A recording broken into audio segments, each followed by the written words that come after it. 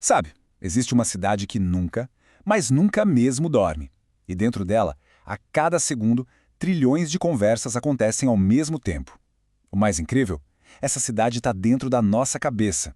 E essas conversas são os nossos pensamentos, nossas memórias, nossas emoções. Vamos entender de uma vez por todas como essa comunicação fantástica acontece. Pois é, o cérebro está o tempo todo conversando com ele mesmo. Mas como? Como é que uma célula nervosa, um neurônio, fala com a outra? Essa é a grande pergunta que a gente vai desvendar agora. No início do século XX, essa questão era um verdadeiro campo de batalha na ciência. De um lado, cientistas que acreditavam numa faísca elétrica, pura e simples. Do outro, a galera que apostava numa mensagem química. A coisa era tão séria que o cientista Charles Scott Sherrington até criou a palavra sinapse para esse ponto de encontro misterioso. Mas ninguém chegava a um acordo. Basicamente, eram duas teorias na mesa. A primeira era da faísca direta. A ideia de que a eletricidade simplesmente pulava de um neurônio para o outro. Uma conexão instantânea. A outra teoria era bem diferente. Propunha um mensageiro químico, quase uma mensagem na garrafa que viajava pelo espaço entre as células. E aí, qual delas estava certa? A resposta veio de um jeito inusitado. Foi num dos experimentos mais bonitos e elegantes da história da neurociência. Quem fez foi um cientista chamado Otto Loe. E diz a lenda que a ideia inteira veio para ele num sonho. O que o Lowe fez foi o seguinte: ele pegou um coração de rã, manteve ele batendo num recipiente e estimulou um nervo específico, o nervo vago. E como já se esperava, o coração começou a bater mais devagar, como a gente vê no gráfico aí em cima. Até aqui, nenhuma surpresa. A genialidade veio no passo seguinte. E agora a grande sacada. Lowe pegou o líquido que estava em volta desse primeiro coração e transferiu para um segundo coração de rã. Esse segundo coração estava batendo normalmente, só que sem nenhum nervo conectado a ele. E o resultado? Mágico. O segundo coração, sem receber nenhum estímulo elétrico, também começou a bater mais devagar. Só por causa do líquido. A prova estava ali, cristalina. Tinha que ter alguma substância química no líquido, liberada pelo nervo do primeiro coração, que estava dando a ordem para ele desacelerar. E essa substância?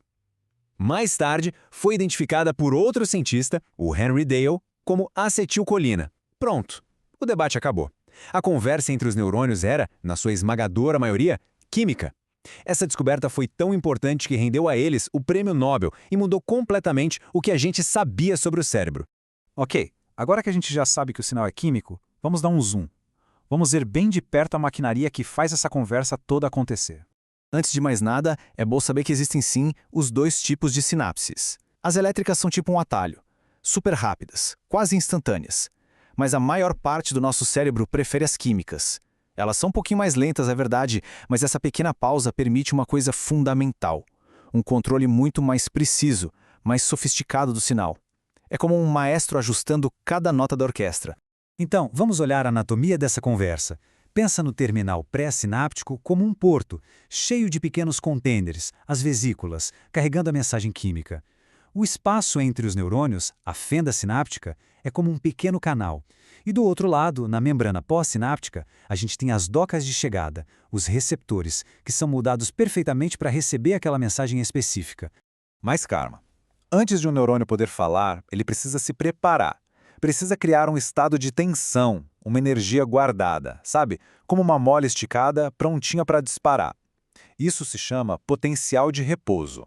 E essa tensão toda acontece por causa de um desequilíbrio de partículas com carga elétrica, os íons. Do lado de fora da célula tem uma multidão de íons de sódio positivos. Lá dentro tem potássio, que também é positivo, só que ele está misturado com umas proteínas enormes de carga negativa. O resultado final? O interior da célula fica negativo e o exterior positivo. Uma pilha prontinha para ser usada.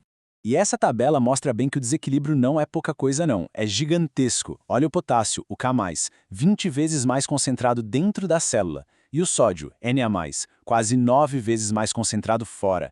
É essa diferença brutal de concentração que cria a mola esticada, a energia para o neurônio disparar. E como o neurônio mantém essa tensão toda?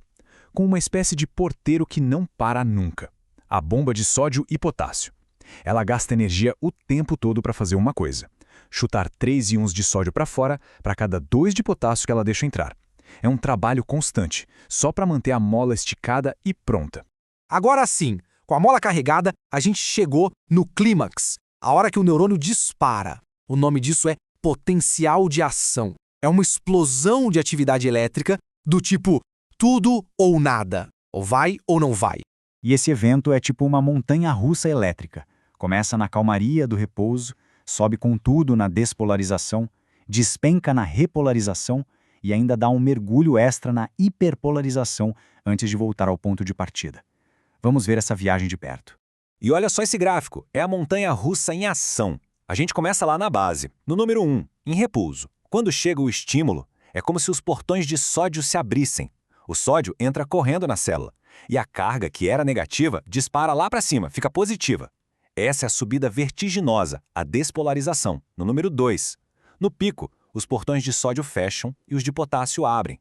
Agora o potássio sai, trazendo a carga de volta para o negativo. É a queda livre, a repolarização, na fase 3.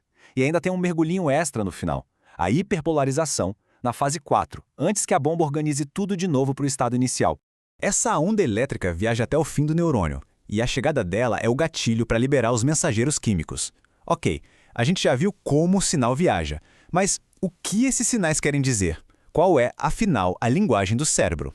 É que cada mensageiro químico, cada neurotransmissor tem um papel diferente. A acetilcolina, por exemplo, está ligada à memória e aos músculos. A dopamina com recompensa, prazer e movimento. A serotonina regula nosso humor, nosso sono. O glutamato é o grande acelerador do cérebro, enquanto o GABA é o freio principal. É a combinação, o equilíbrio perfeito entre todos eles que cria a complexidade incrível da nossa mente. E tudo isso nos leva a uma última questão, meio filosófica até. Se cada pensamento, cada sentimento, cada decisão é o resultado dessa sinfonia eletroquímica, uma dança super precisa de íons e moléculas, então fica a pergunta no ar: quem ou o que está regendo essa orquestra?